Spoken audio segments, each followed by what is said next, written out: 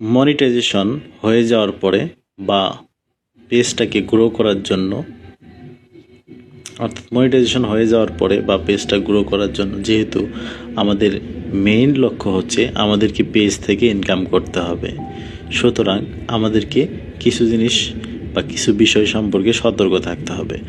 অন্যের music use করা যাবে না, কারণ ফেসবুক যদি রিলস থেকে আপনাকে মিউজিকের পারমিশন দেয় তাহলে একটা নোটিফিকেশন দেবে যে আপনি এখন থেকে আমাদের লাইসেন্সকৃত মিউজিকগুলো ইউজ করতে পারবেন আপনার রিলসে। বাট যেহেতু আপনাকে রিলসে অনুমোদন দেয় নাই, সেহেতু আপনি পারবেন না। রিলসে যদি অনুমোদন দেয় সেই ক্ষেত্রে ফেসবুক অবশ্যই আপনাকে নোটিফিকেশন দেবে, আমি আবারও বলছি।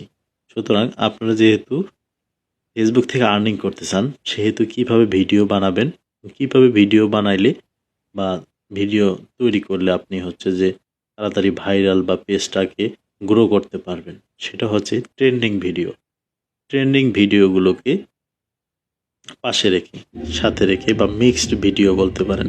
তো মিক্সড ভিডিও তৈরি করার সিস্টেম আছে। আপনাকে সুপার এডিট করতে হবে। যেমন আপনি এডিট করতে পারেন না, কি সাউন্ড তারপরে গ্রাফিক্স এগুলো এডিট করতে পারেন না, তাহলে হবে না। আপনাকে এডিট শিখতে হবে, যাতে সাউন্ড এবং হচ্ছে